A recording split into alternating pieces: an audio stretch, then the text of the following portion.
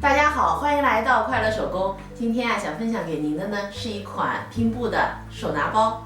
接下来我们就来看看它的制作过程。这是手拿包的主体材料，我在面子上呢用定位布做了一个拼色。这块材料它的长度呢是30厘米，宽度呢20厘米。我在4个角上呢打上了圆角，放了1厘米的缝缝，面子1份，里子1份。这是手拿包的提手，这根提手长度呢是25厘米，宽度呢3厘米，说的也是铺棉的尺寸。我们呢也是需要放1厘米的缝缝的，面子1份，里子1份。中间这个呢是拉链和拉链边条，它长度呢20厘米，宽度呢2厘米。我们这个拉链的长度呢是22厘米，两边呢这是侧边材料哈，这个侧边材料长度12厘米，宽度呢15厘米，这个呢是长度5厘米，宽度4厘米。我说的这些呢都是铺棉的尺寸，那咱们的边条材料是需要2份的，其他的都是1份哈，面子1份，里子1份。我们放的都需要放1厘米的缝缝。首先呢，我们拿出主体和提手的材料，然后呢把材料正面和正面相对，我们整个车一圈，记得呢要留反口。车好以后呢，我们把它俩翻到正面。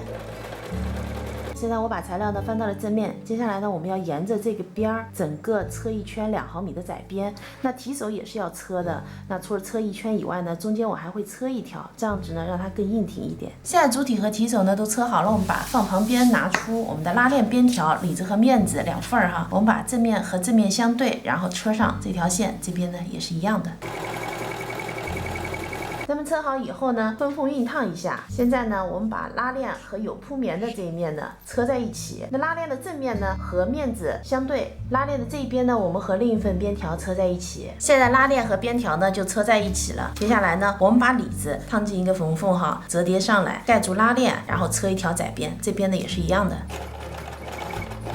拉链呢车好了，接下来呢我们拿出侧边的材料，我们把侧边的材料两边都这样子烫进一个缝缝，然后呢夹上拉链的2端，咱们拉链有开口的这边夹的是长的这一块哈，这边呢夹上另一边，我们把这2边都车上。侧边呢车好了，我呢又车了一圈窄边。现在咱们这3个材料全部都是光边，接下来呢我把它俩先组合在一起，那中心点和它的中心点呢咱把它对齐，我们用长针法哈，先缝上这边的2条边，然后这个2边呢和这儿缝在一起，缝呢我们需要缝2遍。